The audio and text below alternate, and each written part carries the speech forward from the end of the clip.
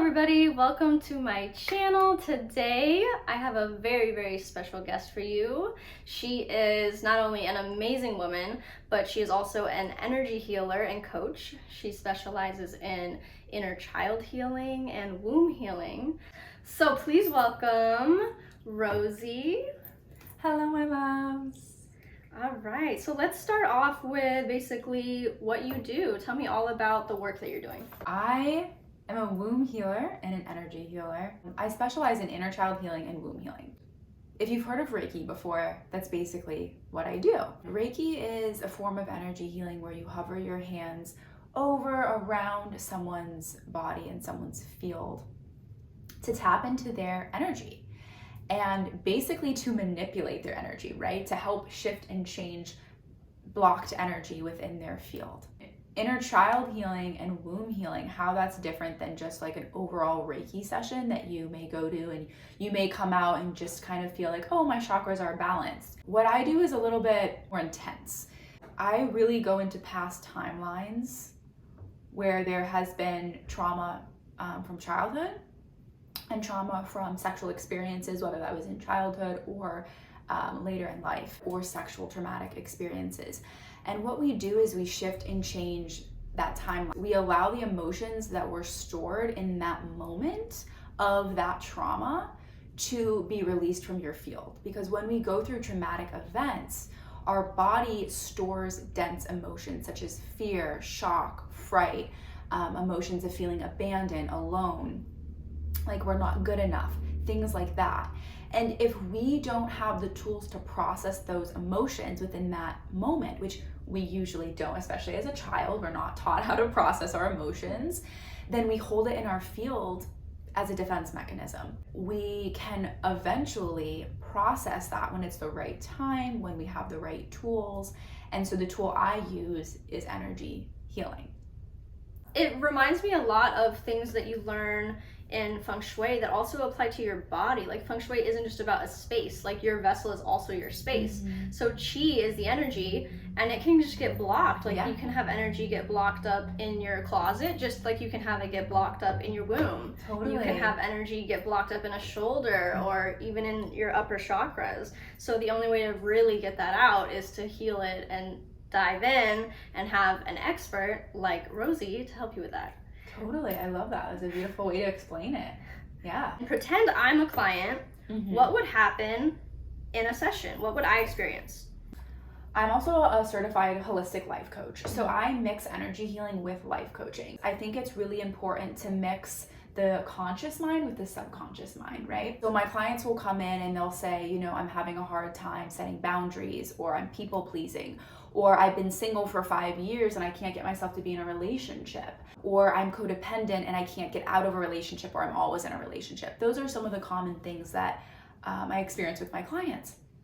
And so then once we can identify one or two things they really want to work on, we will jump into the session. So I'll have them lie down on my massage table, relax. I'll guide them into a meditative space.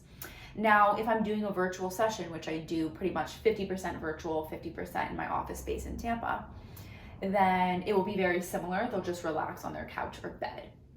I'll guide them into that space, and then, you know, I will intuitively be led to the place in their body or the specific limiting belief or the specific trauma that's priority for us to work through that day. So many different things can happen actually in the energy session.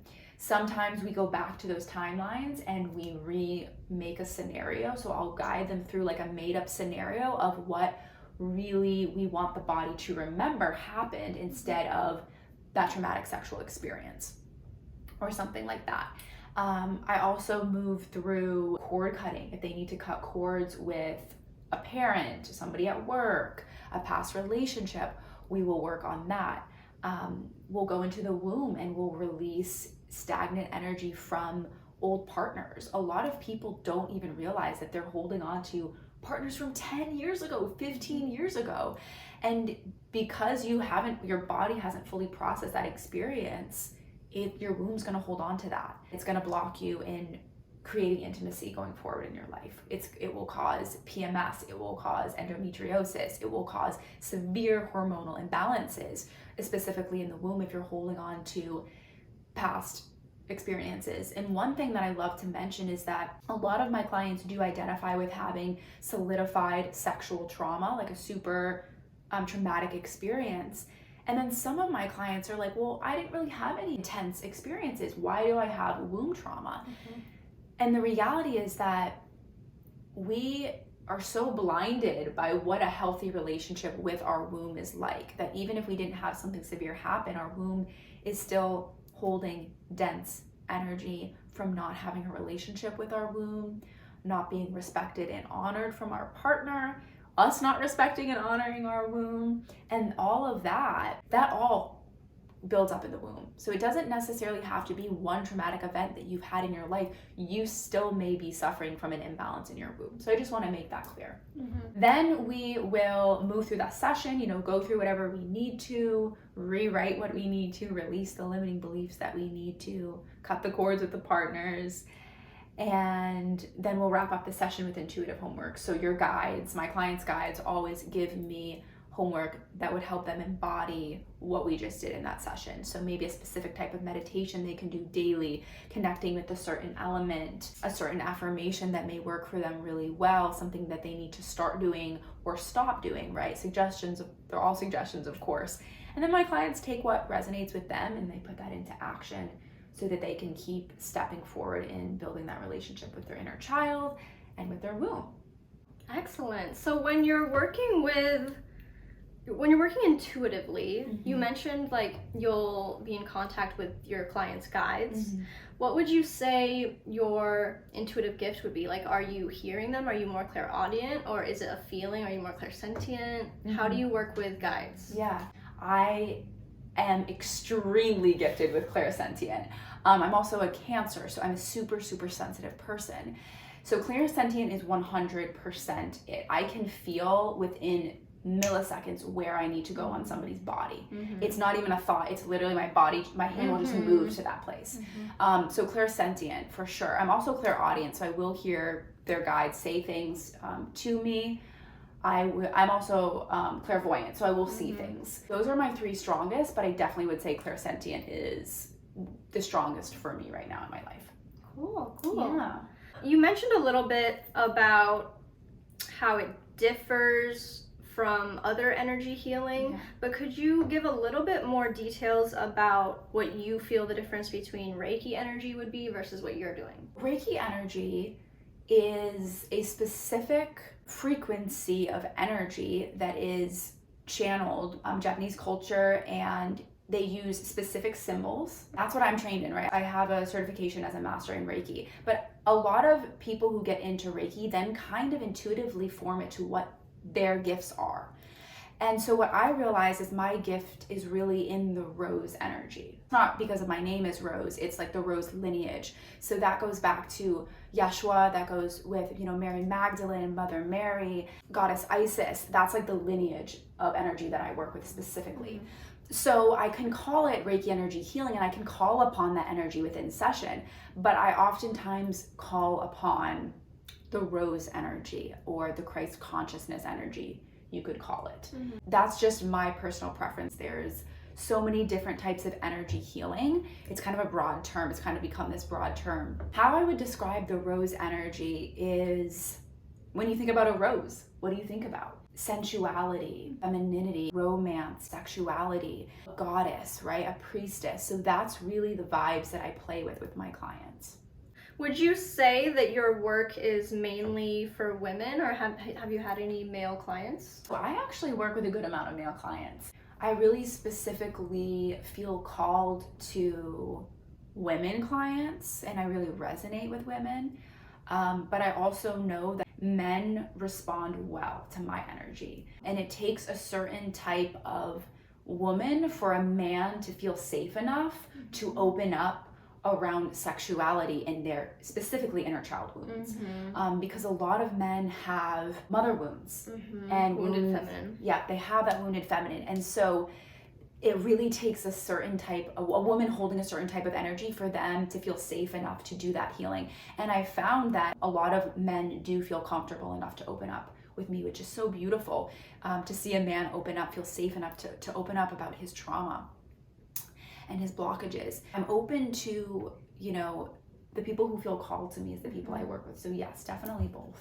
Beautiful. I love that. I know all of our viewers are definitely interested in this, and so am I. So please, whatever you are willing to share with us, tell us all about your journey, where it began, what you went through, and where it's leading.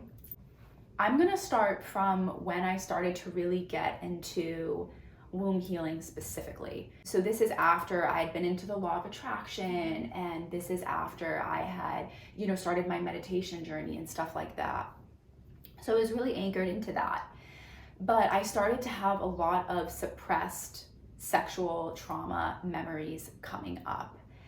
And this was just my body remembering this. And at the time I was in a relationship, and I had been in this relationship for, I think, about maybe a year-ish. And so, we had already a good flow of our sexual intimacy. And what started to happen, and this is super common, is when you are healing sexual trauma, or when you're, developing this relationship with your womb, when you're having these memories start to come up, your body stops wanting to have sexual intimacy. This is because our body's remembering trauma. It's like we don't want our womb to be poked when it's like the most vulnerable. And so that started to happen, but I didn't understand that at the time. I was like, why am I not wanting to have sex? I didn't understand what was going on. And I was also in a partnership with someone who did not understand sexual trauma, hadn't healed his own sexual trauma. And so what that caused to happen is him to project onto me and blame me. Why are you not having sex? Why are we not having sex? And then as the woman, oftentimes we feel bad. We feel like we're not giving enough. We feel like we're not showing up. We feel like our partner's gonna leave us because we're not sexually pleasing them. This is extremely confusing when you're going through it. I didn't understand what was going on. I knew I was healing these sexual memories, but I couldn't wrap my head around that it is okay to not want to have as much sexual intimacy right now. And that it's okay to communicate that my needs are changing with sexual intimacy. I need him to show up in a different way sexually than he has been, because that's what my body is calling for now. I didn't know any of that at the time. And so what happened is I started to become even more clairsentient,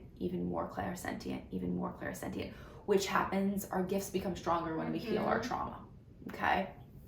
So I started to feel extremely repelled by sex with him. Before it was like it wasn't comfortable, but then it was like my body would have this visceral reaction of like, no. And still I'm like, oh, but I want to have sex with him, but I don't understand what's going on, but oh my gosh. The craziest thing ended up happening. I was away from him for about 2 weeks, and I traveled. I was visiting my parents, so we were not physically together for 2 weeks. And at that time, I did extremely deep healing, and I was really with nature. And nature is one of those things that if you spend hours in nature for 2 weeks straight, your auric field, baby, it is so clear. And that's what happened. I didn't even realize that was going on, but I came back actually, and I got in the car with my partner, and right away my Clairsentient was like, something's going on with this, like there's weird energy here. And I was like, okay, like, maybe you just keep in mind, I don't really know what it is, couldn't pinpoint it. And later that night we were in bed and we were about to have sex. I could feel, again, I'm Clairsentient, so I could feel that there was a woman's energy in the room. And I was like, is this one of my guides? Is this a woman that's in my field? So I had to kind of differentiate for a moment, and what I realized is, no, this is a woman's energy that's specifically in his field, not in my field. And so then I kept like kind of tuning in, and my guides prompted me to ask him, have you been watching porn? And so I asked him, have you been watching porn? And for me, in this relationship at that time, I had made it clear years before that porn was not okay with me for him to be watching. And that's a personal preference. And he actually said, yes, I have been watching porn. And he actually admitted that he was addicted to porn. Most men are, especially the younger generation. Yeah. And so I was shocked because I'm like, we've been in a relationship for 2 years and you never have mentioned an addiction to me. What are you talking about? And so what ended up happening was, by the grace of my gifts, I became so sensitive that I could actually pick up on something that I couldn't pick up on before. Yeah. That woman's energy was always in his field, but I could finally feel it. I couldn't feel it for 2 years, right? So that was a beautiful blessing. So we ended up, breaking up, and what happened was I realized, looking back, my body was becoming so sensitive, was clearing all my sexual trauma, and I was starting to pick up on the denser energy within his field and within his sacral chakra.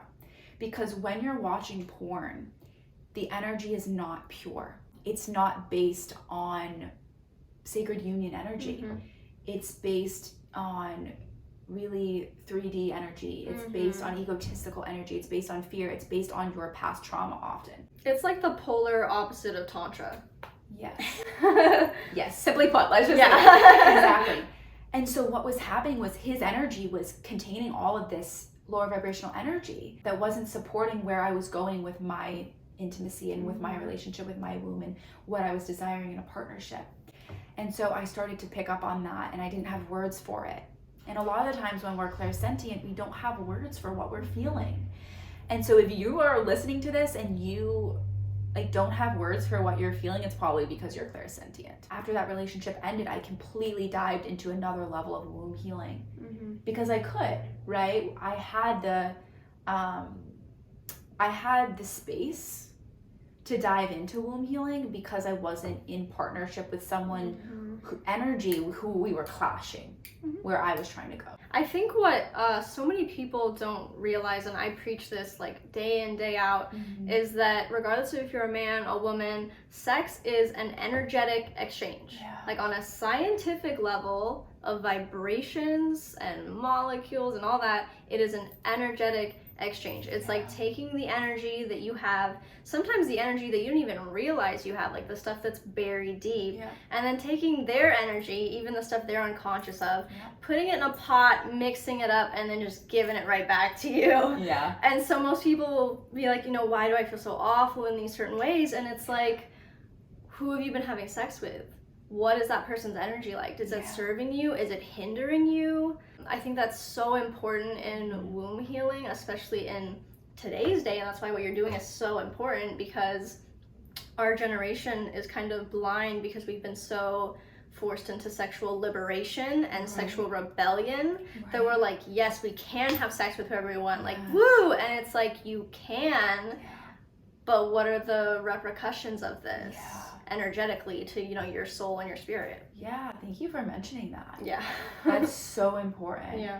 Because it's not about purity in the sense of don't have sex. Yeah. It's about honoring your temple and really tuning in. And a practice that I tell my clients to do is really asking your body if your body wants to have sex with this person. And even if you've been having sex with this person for years, it can change. It can change. And in that moment, that day, whatever you're going through, maybe your body doesn't feel comfortable opening up right now. Maybe your body doesn't want to take on their energy right now.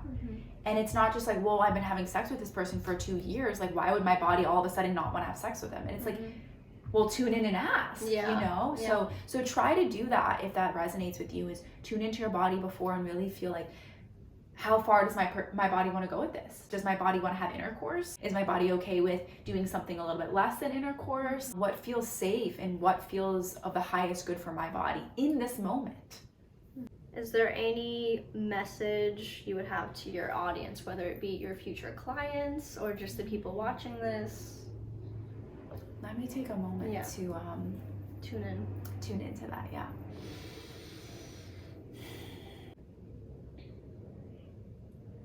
If this is resonating with you, if you feel that you are wanting to balance your masculine and your feminine energy, which we all have both, right? Then I really invite you to get in touch with your goddess energy. And one of the things that really I feel has helped me so much get in touch with my goddess energy is starting to work with a master or a specific archetype that really resonates with you. So there's so many goddesses. You know, we have, like I said, Goddess Isis, we have Lady Nada, we have Mary Magdalene, we have Lakshmi. There's so many beautiful goddesses that can really help you and guide you to embody your specific goddess energy. So I encourage you to start working with a goddess, and you can go online and look at goddesses. There's so many goddess decks. There's goddess books that just explain the goddesses. And then what you can do from there is you can just call in that goddess every day. You can pray to that goddess. You can meditate, find meditations with that goddess. But I really encourage you to start working with a goddess to call in your own goddess frequency, someone that you resonate with. And I'm constantly shifting. Like right now, I'm at a place in my life where I'm really working with Kali, because she is of death, destruction, letting go, releasing. And that's really what I need right now in my life. So work with the goddess that resonates with you, and you can change it out every week. You can change it out every day. You can change it out whatever you'd like. But that's a beautiful practice to start to tap into your own goddess energy and also be led, feeling like you're being guided by some force. It can be a goddess from any culture. I mean, I was really into goddesses involving like Greek mythology for a long time. And then more recently, actually a friend introduced me to Saraswati, who is a Hindi goddess. And she is the goddess of knowledge and learning, but also of being unorthodox and breaking boundaries, like unhealthy societal boundaries and constructs. She's a nonconformist. And that resonates so much to me, and I didn't even know that. And my friends around me were able to say, oh my God, like Saraswati, like you are invoking Saraswati's energy. And so through researching that, I was like, oh my gosh, I really am. And then having that kind of build you up as a person and support you in those ways, because being, nonconformist, obviously a lot of people aren't going to support that, but having a goddess who is nonconformist will help you tune into that goddess energy and realize that that is also just as valuable, and that is also very divine feminine and chaotic and beautiful. That's just what I wanted to share. I love that. Thank you for sharing that. It's a beautiful goddess to work with. I love where her. we are in society right now. I love that. Beautiful. And then I just wanted to share my experience when I had a session with Rosey, because it was really life-changing and really beautiful. I love to hear. Well, I went to one of her Reiki sessions. I was a little hesitant because I had to pay rent soon. I was like, I don't know if I should be spending my money on this. Like, I don't know, but I felt really called to do it. So like, I'm just gonna do it. Obviously my guides want me to do this, so I'm just gonna do it. I knew I was meant to be there. And when we had our session, she didn't know like anything about me. We had met once before then, and we've always been like Instagram friends and stuff, but aside from that, we weren't super close. She didn't know my backstory. I came in, and during our session, she started the Reiki process. She approached me, and I had my eyes closed and I was just in it, and she was like, can I touch you? And I was like, yeah, of course. And she came right up to me and touched my left leg around my knee area. And for the past like 7 years, I've had on again, off again trauma and chi that's just gotten blocked up in my left leg. And I never told her that. So I was like, okay, she's the real deal. Like I was like, I never told her this. She knew, and it was the perfect spot. But the most interesting thing was right when she touched it, it was almost like flicking a trigger, because I'm also obviously Clairsentient, but that's my channel. I felt this rush of like memories and emotions that were not mine. Like, not mine. I never went through that. That was not something that my ego was holding on to. This was something from the past. And as she was rubbing it, I felt all of this come through, ready to come up, and I just like broke down because it needed to come out. It needed to finally be released. And it was just wounded feminine from a past life that I was holding on to in this life, and it was hindering me and affecting me in this life.